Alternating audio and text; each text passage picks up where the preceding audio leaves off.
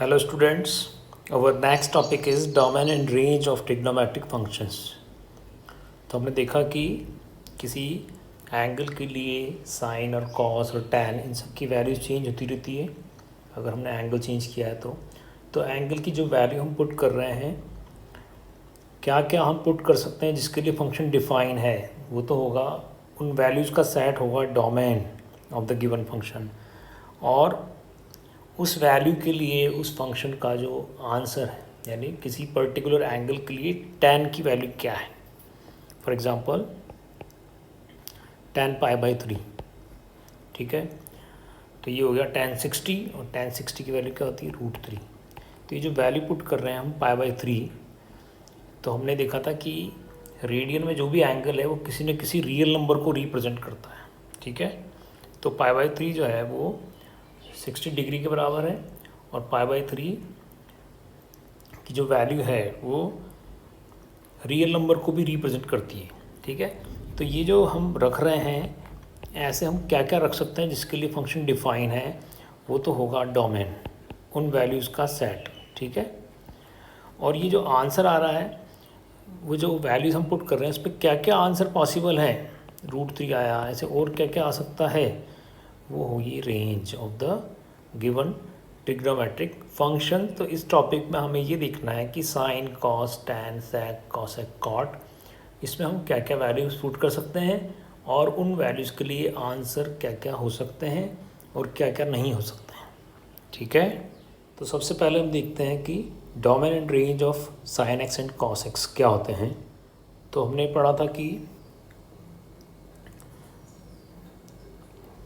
Sign की जो values हैं ये ऑर्डिनेट वाली जो वैल्यूज़ हैं ये साइन एक्स होता है, ठीक है।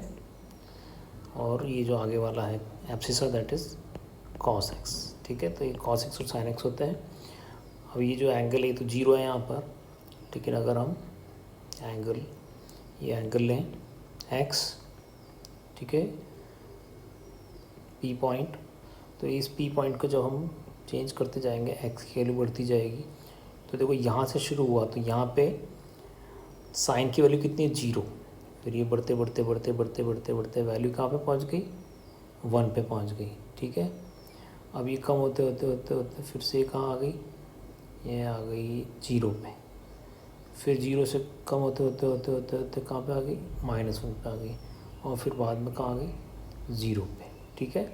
तो इस तरह से हमने देखा कि एंगल चेंज करने पर साइन की वैल्यू ज़्यादा से ज़्यादा 1 हो सकती है और कम से कम -1 हो सकती है, इसी के बीच में घूमती है। और एंगल क्या हो सकता है, तो देखो साइन का फंक्शन तो किसी भी वैल्यू के लिए डिफाइन है, ठीक है। ऐसी कोई सी भी वैल्यू नहीं थी, हमने टेबल में देखा था जिसके लिए नॉट डिफाइन आ रहा हो, ठीक है। लेकिन सारे जो रेडियंस के एंगल हैं वो किसी न किसी रियल नंबर को रिप्रेजेंट करते हैं। इसका मतलब साइन और कॉस में तो आप कुछ भी रखो रियल नंबर कुछ ना कुछ तो आंसर आएगा उसका और वो डिफाइन होगा, ठीक है। तो इसलिए साइन और कॉस जो हैं ये दोनों ही किसी भी रियल नंबर के लिए डिफाइन है, ठीक है।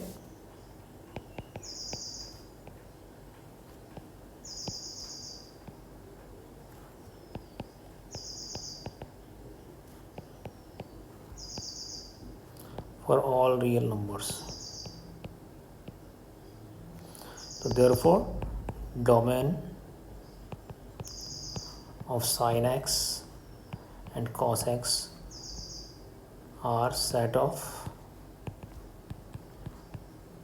Real numbers. जब कुछ भी रख सकते हैं जिसका डोमेन हो गया सेट ऑफ रियल नंबर। तो ध्यान रखना साइन एक्स और कॉस एक्स का जो डोमेन है वो है सेट ऑफ रियल नंबर। अब हम आते हैं रेंज के ऊपर। तो हमारा आंसर क्या क्या आ सकता है, तो हमने देखा साइन 0 से 1 पहुंचा, फिर 1 से वापस 0 आ गया यहाँ पर और फिर वापस कम होते हुए -1 फिर वापस 0। इसका मतलब साइन की ज़्यादा से ज़्यादा वैल्यू 1 आएगी और कम से कम -1 आएगी, ठीक है।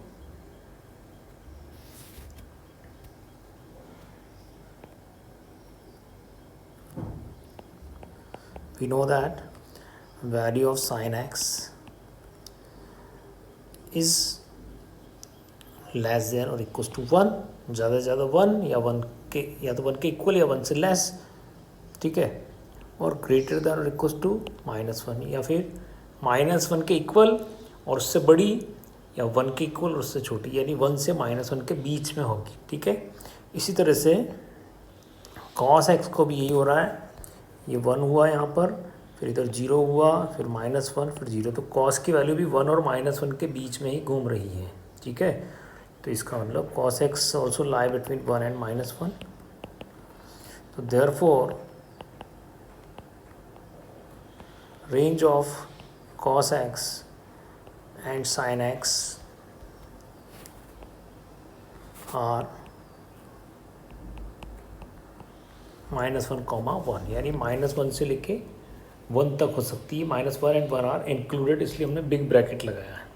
अगर वो एक्सक्लूडेड होते तो हम स्मॉल ब्रैकेट में लिख देते, ठीक है। तो ये साइन और कॉस के डोमेन एंड रेंज हुए, इसको समझना है, ठीक है, रटना नहीं है।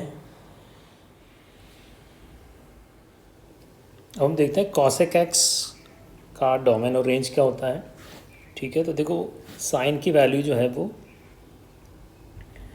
उसका रेसिप्रोकल होता है कॉसेक एक्स,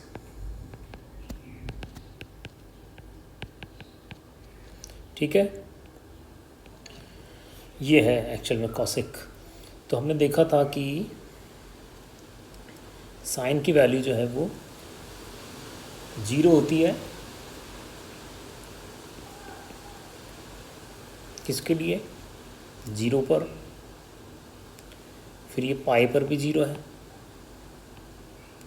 फिर 2 पाई पे भी 0 है। इसका मतलब पाई के फैक्टर के लिए साइन की वैल्यू क्या होती है, 0 होती है, ठीक है ना। पाई के मल्टीपल जो भी होंगे, तो इसका मतलब यहाँ पे अगर हमने साइन 0 रख दिया, फॉर एग्जांपल एक्स की वैल्यू हमने 0 रखी, तो कॉसेक 0 जो है वो हो जाएगा 1/sin 0, और 1/sin 0 यानी 0, ठीक है। तो ये तो नॉट डिफाइन हो गया। तो फंक्शन तो डोमेन तो उसको कहते हैं जिसके लिए फंक्शन डिफाइन हो, इसका मतलब 0 पे ये फंक्शन डिफाइन नहीं है। अगर मैं एक्स की वैल्यू पाई रख दूँ तो कॉसेक पाई जो होगा वो होगा 1/sin पाई, और साइन पाई भी कितना होता है बच्चों, 0 होता है। पाई का कोई सा ही मल्टीपल होगा 0 होगा साइन में, तो ये भी होगा नॉट डिफाइन। इसका मतलब हम एक्स की वैल्यू कुछ भी रख सकते हैं, लेकिन पाई का मल्टीपल नहीं रख सकते, ठीक है। तो इसका मतलब जो डोमेन है कॉसेक एक्स का वो है a set of real number except n पाई, ठीक है।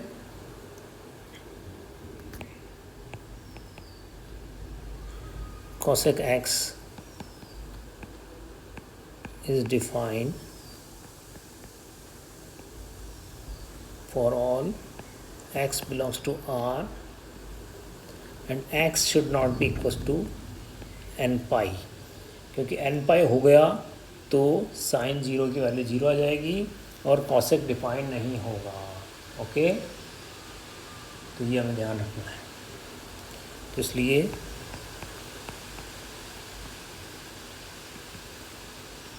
Domain of cosec x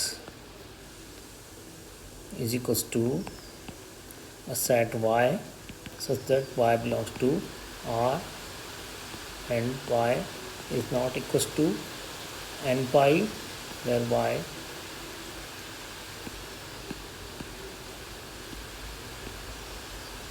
so this is the domain. Therefore domain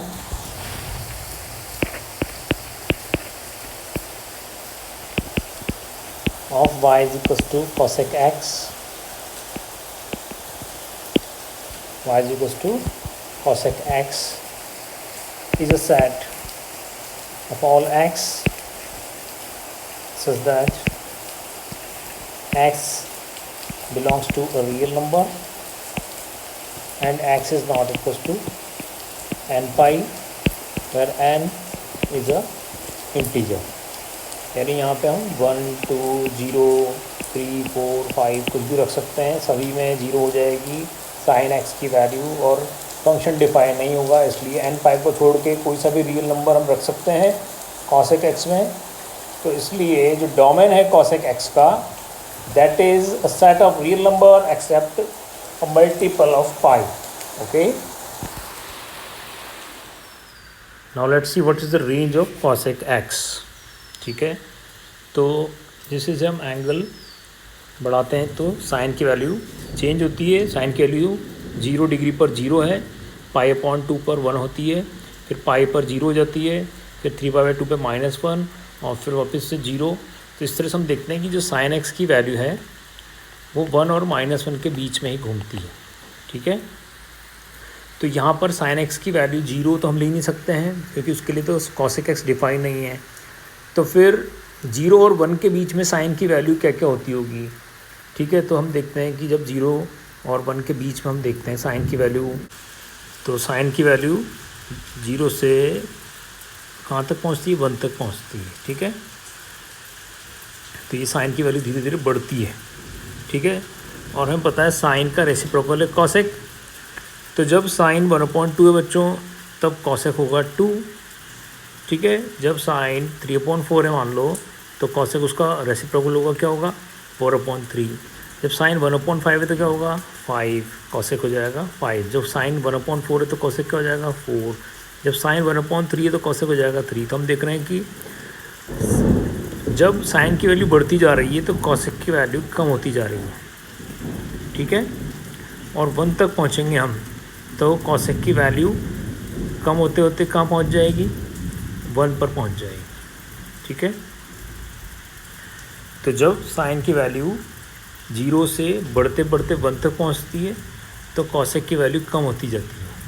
ठीक है, इसका मतलब कॉसेक की वैल्यू 1 से लेके और यानी 1 से बड़ी हो सकती है, कितनी भी 0 नहीं होगी लेकिन 1 से बड़ी हो सकती है, क्योंकि साइन की वैल्यू कितनी भी छोटी होती जाएगी तो कॉसेक की वैल्यू उतनी बड़ी होती जाएगी। ठीक है, अब इसी तरह से हम देखें इधर वाले पार्ट में कि जब 0 से -1 साइन की वैल्यू, क्योंकि ये 1 हुई, फिर 1 से कम होते होते यहाँ पे 3π/2 पे कितनी होगी थी, -1।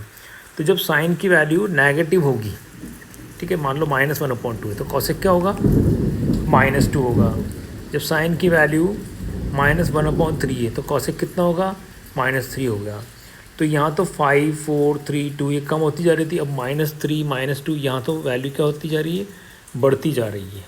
ठीक है, तो यहाँ पे हम देखें कि साइन की वैल्यू 1 से लेके -1 तक हो सकती है, तो कॉसेक की वैल्यू 1 से ग्रेटर होगी या -1 से लेस होगी, क्योंकि ये वैल्यू ज़्यादा से ज़्यादा कहाँ तक पहुँचेगी, -1 तक, और -1 का रेसिप्रोकल क्या होता है, -1। इसका मतलब कॉसेक की वैल्यू नेगेटिव में -1 से ज़्यादा नहीं हो सकती है और पॉजिटिव में 1 से ज़्यादा नहीं हो सकती है, क्योंकि साइन की वैल्यू 1 है ज़्यादा से ज़्यादा तो उसका रेसिप्रोकल भी 1 होगा, और -1 है कम से कम तो उसका रेसिप्रोकल भी -1 होगा। इसका मतलब जो कॉसेक की वैल्यू है वो 1 या 1 से ग्रेटर हो सकती है और -1 या -1 से लेस हो सकती है, क्योंकि नेगेटिव में बड़े नंबर एक्चुअल में स्मॉलर होते हैं ना।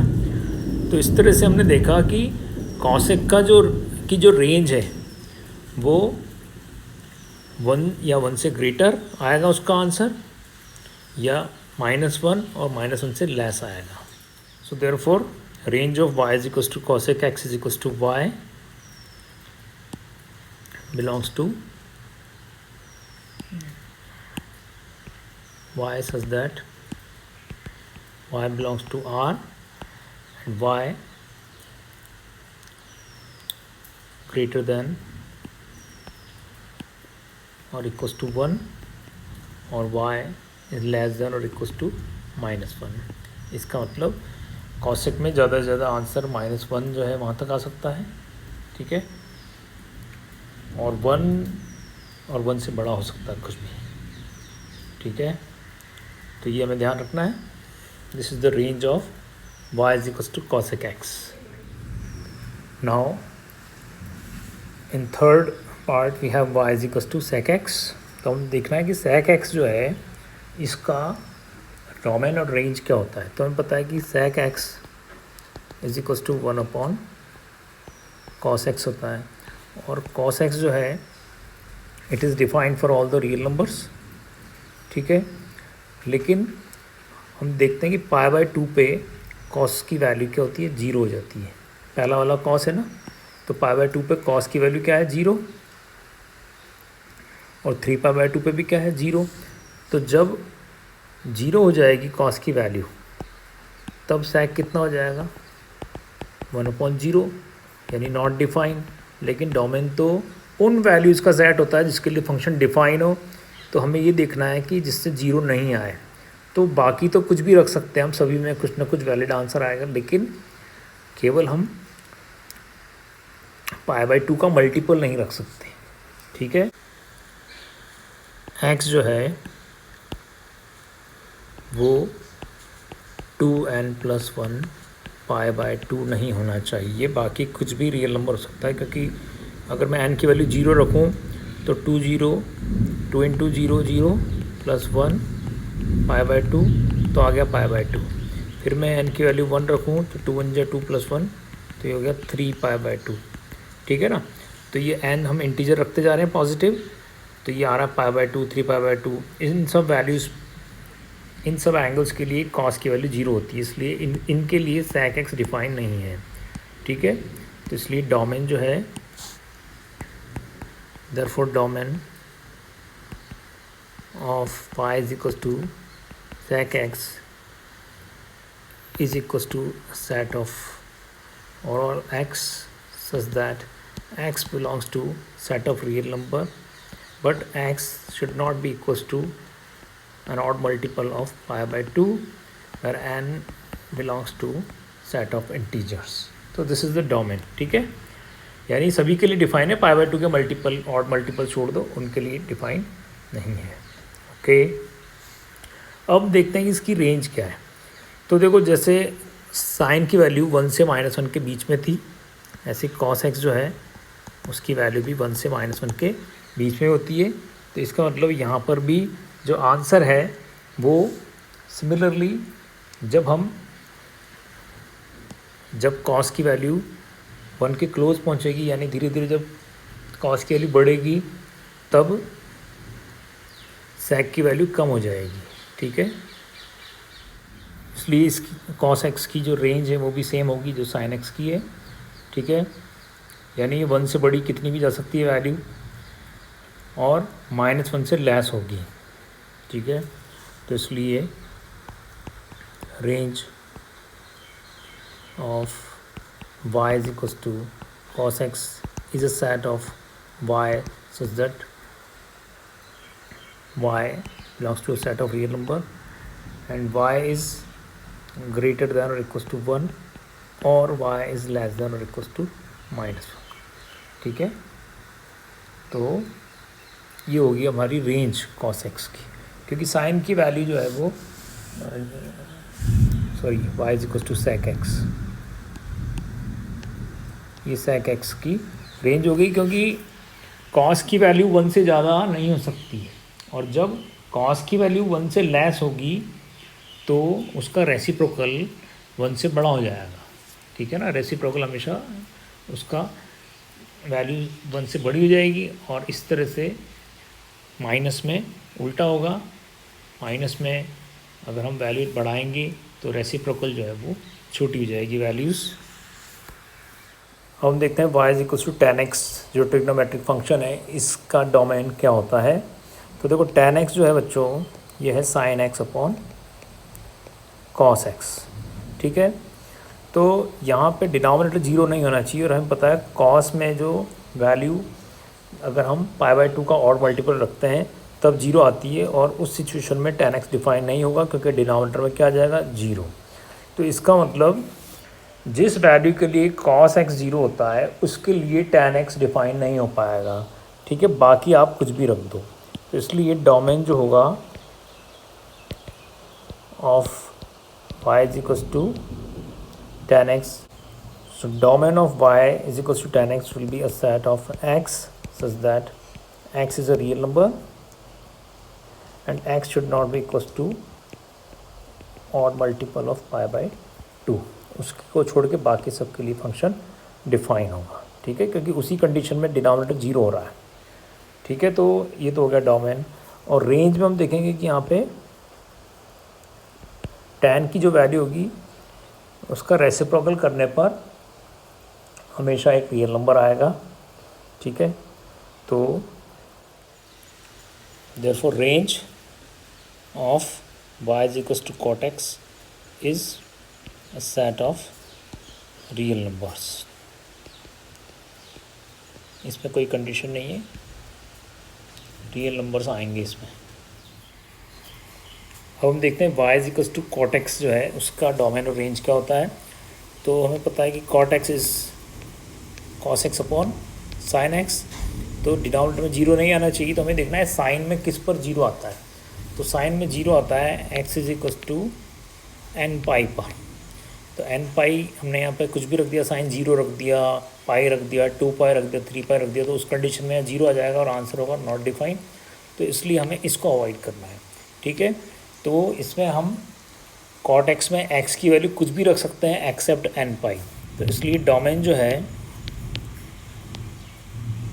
Domain of y is equals to cot x is x such that x belongs to R and x should not be a multiple of pi। ये हो गया हमारा डोमेन। और रेंज जो है इसकी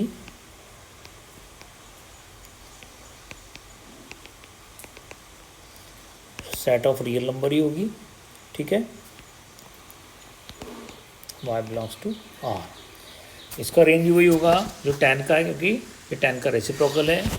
अगर 10 में answer set of real number में से आ रहा है तो इसका आंसर भी उसका रेसिप्रोकल होगा, which is also set of real numbers, ठीक है। तो इस तरह से हमने ट्रिग्नोमेट्रिक फंक्शंस के डोमेन और रेंज को समझा, ये बहुत काम आएगा आगे चलकर। हमने देखा कि जब हम 0 से π/2 की तरफ जाते हैं तो जो कॉस की वैल्यू है, जो साइन की वैल्यू है, वो 0 से बढ़ के कहाँ तक पहुँचती है, 1 तक पहुँचती है, ठीक है। तो इन फर्स्ट क्वाड्रेंट, ये फर्स्ट क्वाड्रेंट है, इसमें साइन की वैल्यू 0 से 1 तक इंक्रीज़ होती है, ठीक है। फिर हम सेकंड क्वाड्रेंट में आते हैं तो साइन जो पीछे वाला है, तो ये 1 था, अब कम होते होते कहाँ पे हो गया, 0 पे। इसका मतलब सेकंड क्वाड्रेंट में the value of sine decreases from 1 to 0। फिर इन थर्ड क्वाड्रेंट हम देख रहे हैं कि साइन की वैल्यू 0 से कम होती होती कहाँ पहुँच गई, -1 पहुँच गई। तो in third quadrant the value of sine also decreases from 0 to -1। In fourth quadrant हम देखते हैं कि अब -1 से बढ़ के वो वैल्यू कहाँ तक पहुँच गई, 0 पर। In fourth quadrant the value of sine increases from -1 to 0, ठीक है। इस तरह से ये पहला नंबर है वो 0 कॉस है, तो जो फर्स्ट नंबर है वो कॉस को रिप्रेजेंट करता है। तो हम देखते हैं कि जैसे जैसे एंगल, ये फर्स्ट नंबर जो है ये कॉस है, ठीक है ना। तो हमने देखा 0 के लिए 1 है और फिर π/2 के लिए 0 हो गया। इसका मतलब फर्स्ट क्वाड्रेंट में कॉस की वैल्यू 1 से कम होते होते कहाँ पहुँच रही है, 0 पे। तो in first quadrant the value of cos decreases from 1 to 0।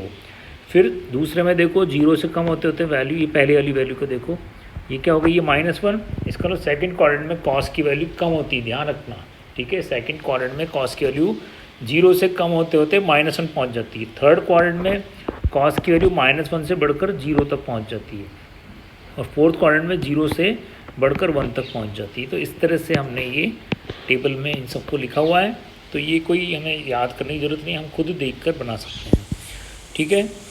अब हमें पता है कि जो tan है, tan की वैल्यू वो साइन अपॉन कॉस होता है, ठीक है। तो साइन जो tan की वैल्यू है, tan थीटा होता है साइन अपॉन कॉस। तो जब साइन की वैल्यू 0 होगी, साइन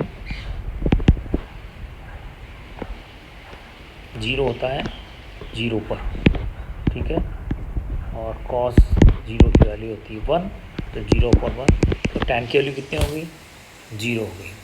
और π/2 पे हम देखें तो जो π/2 है वो होगा साइन π/2 अपॉन कॉस π/2। तो साइन π/2 जो है वो कितना है बच्चों, वो है 1, और कॉस π/2 कितना, 0। तो ये तो हो गया इन्फिनिटी। तो इसका मतलब फर्स्ट क्वाड्रेंट में tan की वैल्यू 0 से बढ़ते बढ़ते कहाँ पहुँचती है, इन्फिनिटी पे पहुँचती है, इंक्रीज फ्रॉम 0 टू इन्फिनिटी। तो इस तरह से हम ये टेबल खुद बना सकते हैं साइन और कॉस को ऑब्जर्व करके। तो बच्चों हमने ट्रिग्नोमेट्रिक फंक्शंस का बिहेवियर देखा, उनके साइन देखे किस तरह से चेंज होते हैं, तो उस इन्फॉर्मेशन पे बेस्ड हम इनके ग्राफ्स भी ड्रॉ कर सकते हैं। तो सबसे पहले देखते हैं साइन एक्स का ग्राफ। तो हमें पता है साइन एक्स की वैल्यू 1 से -1 के बीच में होती है, ठीक है। और 0 पर उसकी वैल्यू 0 होती है, फिर पाई पर उसकी वैल्यू 0 होती है, 2 पाई पर वैल्यू 0 होती है, ठीक है। तो पाई के मल्टीपल्स पर उसकी वैल्यू 0 होती है, ठीक है। तो ये 0 पर साइन की वैल्यू 0 है। π/2 पे साइन की वैल्यू साइन 90 की वैल्यू 1 होती है, फिर पाई पर 0, ठीक है। फिर 3π/2 जो है उस पर वापस से उसकी वैल्यू क्या हो जाएगी, -1, ठीक है। फिर 2π पर 0। तो इस तरह से ये रिपीट होती रहेगी।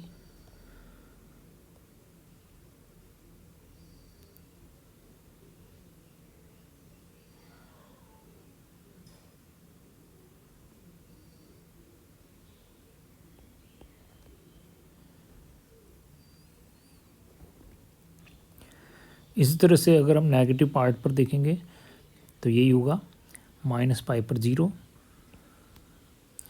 π/2 -π/2 पर -1, फिर -3π/2 पे उसकी वैल्यू 1 होगी, फिर -2π पर 0। तो इस तरह से बच्चों ये साइन का ग्राफ बनाने के पॉइंट्स हमें मिल जाएंगे। अगर किसी को वैल्यूज़ में दिक्कत हो तो आप सर्किल बनाकर इजीली देख सकते हैं। ये सर्किल बन गया। ये 0 यहाँ होता है बच्चों π/2, फिर ये पाई 3π/2, फिर यहाँ 2π, फिर यहाँ पे क्या हो जाएगा 2π + π/2 यानी 5π/2, फिर यहाँ पर 5π/2 में +π/2 किया तो हो गया 3π। इस तरह से 3π में फिर π/2 प्लस किया तो 9π/2, ठीक है। तो इस तरह से ये आप देख सकते हो। अब यहाँ पर तो रहता हमेशा 1 0, x1 और y0 है, तो यहाँ 1 0 है। इसका मतलब साइन 0 पर साइन 0 0 है, साइन 2π भी 0 है, ठीक है। यहाँ पर होता है 0 और 1, ठीक है। इसका मतलब π/2 पे साइन की वैल्यू 1 होती है, तो ये देख लो π/2 पे हमने 1 लिए यहाँ पे। फिर 5π/2 पर भी 1 होती है, तो ये 5π/2 पर भी हमने 1 लिए, ठीक है। तो इस तरह से कोई दिक्कत नहीं है, आप आराम से बना के निकाल सकते हो पॉइंट, कोई आपको रटने की ज़रूरत नहीं है। सर्किल बनाओ और पता चल जाएगा। अब इन पॉइंट्स को हम ज्वाइन कर देते हैं।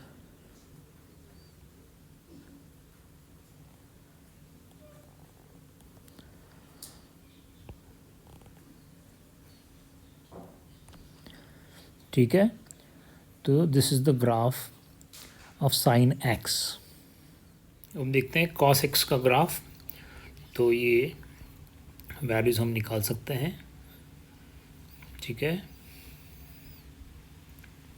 ये सर्किल बना के हमने देख लिया कि भाई 0 पर cos 1 है, π/2 पर cos 0 है, पाई पर cos -1 है, 3π/2 पर 0 है, फिर 2π पर फिर 1 हो गया, फिर 3π/2 पर फिर से 0 हो गया, फिर 3π पर फिर -1 हो गया, 5π/2 पर फिर से 0 हो गया। तो ये वैल्यू हमें लिखनी है, तो टेबल में हम लिख देते हैं कि cos 0 पर वैल्यू 1, फिर π/2 पर 0, फिर पाई पर -1, फिर 3π/2 पे 0, फिर 2π पर 1, ठीक है। ऐसे अगर उल्टा डायरेक्शन में चलेंगे इधर से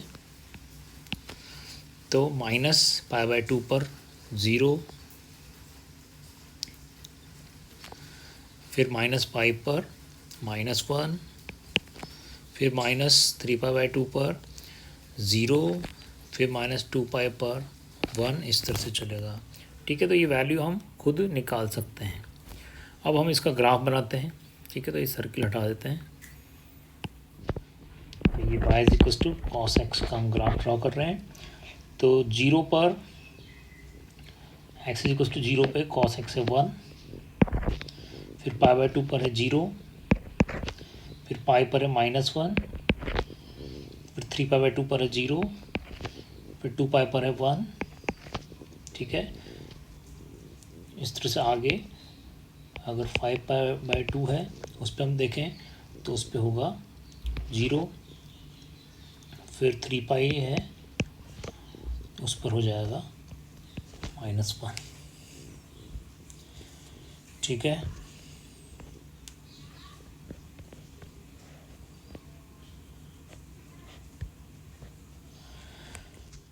सिमिलरली -π/2 जो है 0 पर तो 1 है, -π/2 पे क्या है 0 है, फिर -π पर है -1, फिर -3π/2 पर है 0, फिर -2π पर है 1।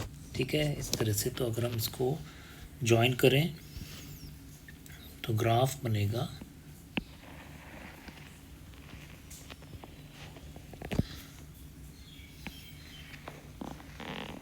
इस तरह से, ग्राफ बनेगा। ठीक है, तो ये cos x का ग्राफ है इस तरह से।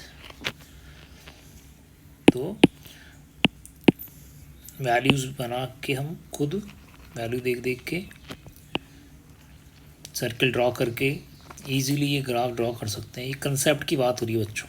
ठीक है, इस पर बेस्ड अभी कोई क्वेश्चन तो नहीं आया, लेकिन ये समझना बहुत ज़रूरी है। कंसेप्ट क्लियर होना चाहिए हमारे माइंड में। ट्रिग्नोमेट्रिक फंक्शन जो है अच्छे से बैठ जाने चाहिए, उसका पूरा नेचर